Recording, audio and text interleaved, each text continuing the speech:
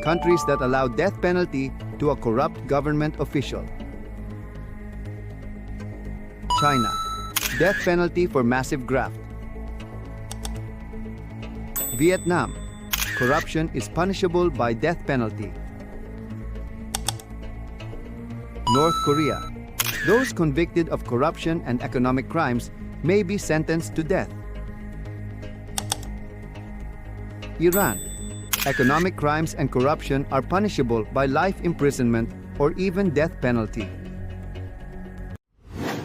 Corruption is a serious issue. It is like an illness that slowly destroys a country and limits its potential to develop. That is why anyone who participates in it must be held accountable and given the proper punishment under the law. Gusto mo ba ng mga ganitong content? Dito lang yan sa channel ko kaya mag-follow ka na. Salamat mga ka-aha!